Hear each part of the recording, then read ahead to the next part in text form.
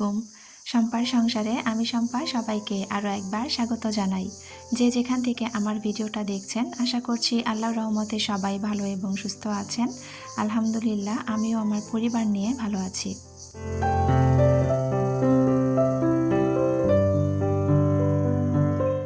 আমরা গত মঙ্গলবার রাতে রওনা করেছিলাম আমার শ্বশুরবাড়ির উদ্দেশ্যে। রাত 8:30টার দিকে আমরা গাড়িতে উঠেছিলাম। তো সকালে 9টার দিকে আমরা পৌঁছেছি, তবে আমার শ্বশুরবাড়িতে আসতে আর একটু সময় লেগেছে। তো এটা আমার শ্বশুরবাড়ির রাস্তার মধ্যে, মানে আশেপাশের গাড়ি থেকে একটু ভিডিও নিয়েছিলাম। তো এই ভিডিওর অংশটুকু আমার হাজব্যান্ড আমাকে করে দিয়েছিল, কারণ আমি যেখানে বসেছিলাম জানালার পাশ থেকে আমি কোনো ভিডিও ওইভাবে নিতে পারছিলাম না, কারণ জানালাটা খুললে এত পরিমাণে বাতাস লাগছিল, তো ভিডিওটা ওইভাবে আমি নিতে পারছিলাম না। তো এই জন্য আমার হাজব্যান্ডকে বলেছিলাম তুমি একটু সামনে বসে আমাকে ভিডিওটা করে দাও। তো যার কারণে সে কিন্তু সামনে বসে এখান থেকে আমাকে কিছুটা ভিডিও করে এনে দিয়েছে, আর সেটাই আপনাদের সাথে শেয়ার করছি।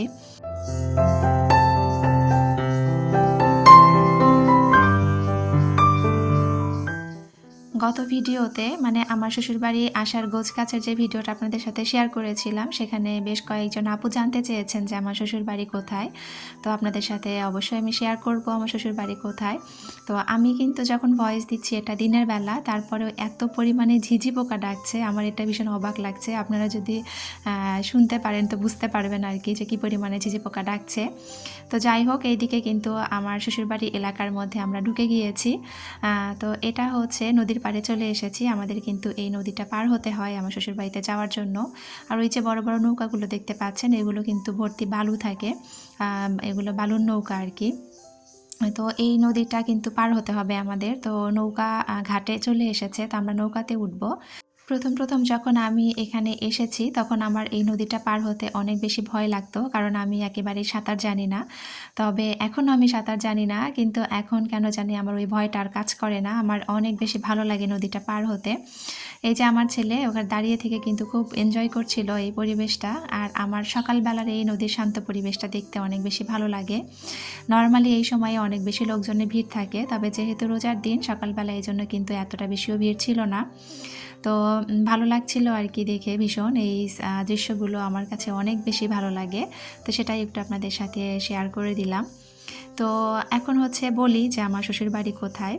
আমি রিসেন্ট একটা ভিডিওতে কিন্তু বলেছিলাম যে আমি কোথায় থাকি। তো যে আপুটা জানতে চেয়েছেন যে আমি কোথায় থাকি, উনি হয়তো ভিডিওটা মিস করে ফেলেছেন।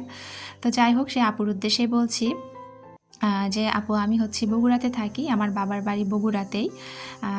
আর আমার শ্বশুর বাড়ি সিলেটে। যে আপুরা জানতে চেয়েছিলেন আর কি যে শ্বশুর বাড়ি কোথায়, তো আমার শ্বশুর বাড়ি সিলেট সুনামগঞ্জে। আর এই নদীটা সুরমা নদী।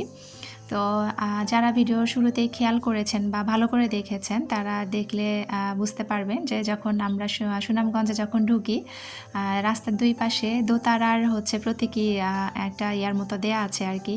তো দোতারাটা দেওয়ার কারণ, হাসন রাজার নাম তো আপনারা অনেকেই শুনেছেন, বা অনেকেই বলতে সবাই জানেন, হাসন রাজার নাম কিন্তু সবাই জানেন।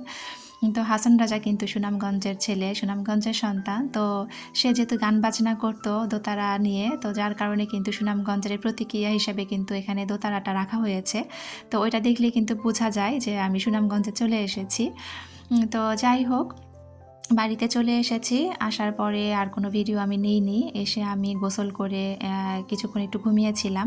যদিও আমার ঘুমানোর কোনো চিন্তাভাবনা ছিল না। আমার আসলে ওইভাবে কোনো টায়ার্ড ছিলাম না আমি, কারণ আমাদের জার্নিটা আলহামদুলিল্লাহ অনেক সুন্দর একটা জার্নি হয়েছে, যে খুব বেশি কষ্ট হয়নি, ভালোভাবে চলে এসেছি। তো ভেবেছিলাম যে ঘুমাবো না, এমনি জাস্ট একটু শুয়ে থাকবো কিছুক্ষণ।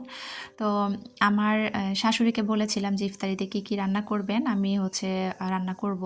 তো আমার শাশুড়ি বলেছিল যে না, আজকে তোমাকে রান্নাঘরে আসতে হবে না, তুমি জার্নি করে এসেছো, তুমি আজকে ঘুমাও, রেস্ট করো, কালকে থেকে করবে। তো ওই যে সুযোগ পেয়ে একটু শুয়েছিলাম, কখন যে চোখ লেগে গিয়েছে, ঘুমিয়ে পড়েছি। মোটামুটি বেশ 2-2.5 ঘন্টা ঘুমিয়েছি। ঘুম থেকে উঠে দেখলাম আমার শাশুড়ি ইফতার আয়োজন শুরু করেছে। সে এখানে বিন্নি চালের পোলাও রান্না করছিল ছোলা দিয়ে। তো এটা একটু ভিডিও নিলাম। আর যেহেতু রান্নাবান্না করতে হবে না আমাকে, তো ভাবলাম যে আশেপাশের একটু পরিবেশটা আপনাদের সাথে শেয়ার করি। আর অনেক দিন যেহেতু এরকম খোলামেলা পরিবেশ দেখা হয় না, তো ভাবলাম একটু হাঁটাহাঁটি করি, ভালো লাগবে। তো এখানে গাছে বেশ কিছু বড়ই ছিল, আমাদের কিন্তু 3-4টার মতো বড়ই গাছ আছে। তো আমাদের বাড়ির পাশেই এই বড়ই গাছটা। তো বেশ কিছু বড়ই ছিল, পেকেছিল আর কি। তো হচ্ছে আমার মেয়েকে বললাম চলো আমরা একটু বড়ই পেড়ে ইফতারের পরে হচ্ছে খাবো, তো পেড়ে রাখি। আমার মেয়েকে আমি একটু দেখিয়ে দিচ্ছিলাম কোথায় কোথায় লাল বড়ই আছে। তো ও হচ্ছে একটা বাঁশ দিয়ে পারছিল, কিন্তু ওইভাবে কিন্তু সে পারতে পারছিল না। তো একটা দুইটা করে পেরেছিল।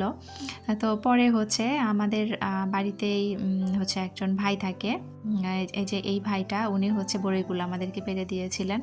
আমাদের বাড়িতে বেশ কিছু গরু আছে, তো উনি হচ্ছে গরুগুলো দেখাশোনা করেন, তো উনি আমাদের বাড়িতেই থাকেন। তো উনি দূর থেকে আমাদের বড়ই পাড়া দেখে হাসছিলেন, পরে কাছে গিয়ে এসে আমার মেয়েকে বলছিল আম্মু এইভাবে বড়ই পারলে কি বড়ই পড়বে, তা আমি বড়ই পেরে দিচ্ছি তোমরা কুড়াও। পরে সে বড়ইয়ের গাছটা এরকম জোরে করে একদম ঝাঁকি দিয়েছে, তারপরে অনেকগুলো বড়ই পড়েছে।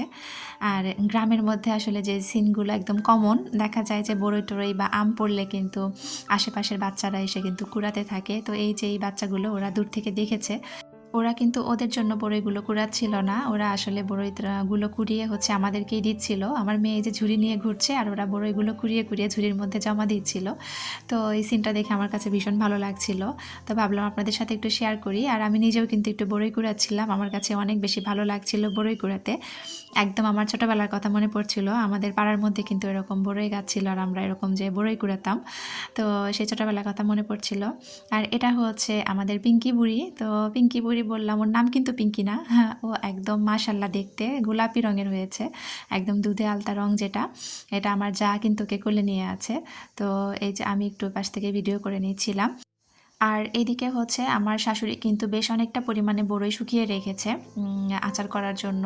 তো সেই বড়ইগুলো দেখে অনেক বেশি লোভ লাগছিল, তো সেটা একটু আপনাদের সাথে শেয়ার করলাম। আর এইদিকে হচ্ছে তারপরে আমার ভাসুরি একটু বাইরে গিয়েছিলেন, তো উনি আসার সময় কিছু ফ্রেশ হচ্ছে পুঁইশাক পেয়েছিলেন, পুঁইশাক নিয়ে এসেছে। তারপরে হচ্ছে খেজুর, কলা এগুলো এনেছে। আর আমার শাশুড়ি বলছিলেন যে পুঁইশাকগুলো এভাবে ফ্রিজে রেখে দিবে। তো আমি বলছিলাম যে মা আমি একটু ভিডিও করব। তো তখন বলছিল তাহলে তুমি যেহেতু ভিডিও করবে আমি পুঁইশাকগুলো ঢেলে রাখছি, তাহলে তোমার ভিডিও করতে সুবিধা হবে।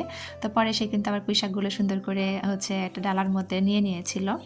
তো যারা আমার ভিডিওটা দেখা শুরু করেছেন প্লিজ একটি লাইক দিয়ে পুরো ভিডিওটা কন্টিনিউ করবেন। আর আপনারা যারা নতুন আমার চ্যানেলটা ভিজিট করছেন, আমার ভিডিওর কোনো অংশ বা আমার কথা বা আমার কাজের কোনো অংশ যদি আপনাদের কাছে একটু ভালো লেগে থাকে, আর আপনারা যদি এরকম লাইফস্টাইল ব্লগ দেখতে পছন্দ করে থাকেন, তাহলে আপনারা আমার চ্যানেলটি সাবস্ক্রাইব করে পাশে থাকা বেল অপশনে প্রেস করে অল বাটনে ক্লিক করে রেখে দিতে পারেন, যাতে করে আমি ভিডিও ছাড়ার সাথে সাথে নোটিফিকেশন আপনার কাছে চলে যায় আর আপনি আপনার মূল্যবান সময় বের করে আমার ভিডিওটা দেখে নিতে পারেন। যারা অলরেডি কাজগুলো করে দিয়েছেন তাদেরকে অসংখ্য ধন্যবাদ। আজকে আমার কথা বলতে কেন জানি না বেশ একটু সমস্যা হচ্ছে, আমার কথার মধ্যে যদি ভুল ত্রুটি থেকে থাকে প্লিজ একটু ক্ষমা সুন্দর দৃষ্টিতে দেখবেন। তো এইদিকে এই যে আমার শাশুড়ি কিন্তু রান্নাবান্না সব করে নিয়েছে, সেহরির জন্য আমার শাশুড়ি এখানে গরুর মাংস রান্না করে রেখেছেন। আর হচ্ছে ওইদিকে আমার শাশুড়ি কিন্তু ইফতারের জন্য হচ্ছে বিন্নি চালের পোলাও রান্না করে রেখেছিলেন ছোলা দিয়ে। আর এখানে হচ্ছে শুটকি রান্না করা হয়েছে সিম দিয়ে, এটা আমার হাজব্যান্ডের অনেক বেশি পছন্দের একটা তরকারি। তো তারপরে আমি কিন্তু একটু চলে এসেছি আমার ঘরটার একটু গুছিয়ে নেওয়ার জন্য, যেহেতু জার্নি করে আসার পরে সকাল থেকে আর সেভাবে কোনো কিছু গোছানো হয়নি। তো আমি আসরের নামাজের পর ভাবলাম যেহেতু একটু সময় আছে আর রান্নাবান্না যেহেতু আমার শাশুড়ি করে নিয়েছে, তো এই ফাঁকে আমি একটু আমার ঘরটা সুন্দরভাবে গুছিয়ে নেই। তো আপনারা আমার ড্রেসিং টেবিলটা দেখে প্লিজ কেউ কিছু মনে করবেন না, কারণ ড্রেসিং টেবিলটা অনেকটাই নষ্ট হয়ে গিয়েছে। এই ড্রেসিং টেবিল তারপরে খাট এই জিনিসগুলো কিন্তু আমার বিয়ের 2-2.5 বছর পরেই আমার কেনা হয়েছিল এখানে। তো যেহেতু আমি এখানে থাকি না, দেখা যায় বছরে একবার করে আসা হয়। আর আমার শ্বশুরবাড়িতে সেরকম কেউ নেই আমার যা আর আমার শাশুড়ি ছাড়া। আমার শাশুড়ির যেহেতু বয়স হয়ে গিয়েছে, উনি তো সবসময় এগুলো ঝেড়ে মুছে পরিষ্কার করে রাখতে পারেন না, যার কারণে আমার ঘরটা কিন্তু বেশিরভাগ সময় বন্ধই থাকে। তো আমরা যখন আসি তার আগ দিয়ে আমার শাশুড়ির যে হেল্পিং হ্যান্ড আছে ওনাকে দিয়ে সে হচ্ছে পুরো ঘরটা সব কিছু পরিষ্কার করে রাখেন, মুছে টুছে রাখেন আর কি। তো যার কারণে কিন্তু ওই জিনিসগুলো আর ওইরকম যত্নে নেই। আসলে মানুষ না থাকলে যা হয় আর কি, এমনিতেই অনেকটা বয়স হয়ে গিয়েছে জিনিসগুলোর, তার মধ্যে আসলে সেভাবে যত্ন নেই দেখে এরকম লাগছে দেখতে। তো প্লিজ কেউ কিছু মনে করবেন না। তো আমি এখানে ড্রেসিং টেবিলটা সুন্দরভাবে গুছিয়ে নিচ্ছিলাম। আমার একটা প্রিয় আপু আছেন, যে আপুর কথা আগেও আপনাদেরকে বলেছি আমি, আপু দিলরুবা আপু আর কি, লন্ডনে যে থাকেন।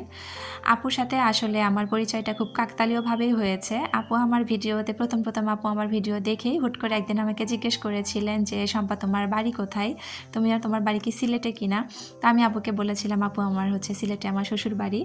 তো তারপরে আপুর সাথে কথাবার্তা হয়, তো কথা হওয়ার পরে জানতে পারি যে আপুর বাড়িও হচ্ছে সিলেটে।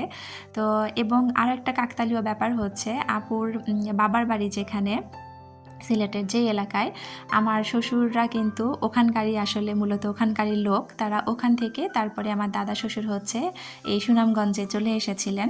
কিন্তু মূলত তারা কিন্তু আমার ওই যে আপুর কথা বলছি, ওই আপুর এলাকারই লোক।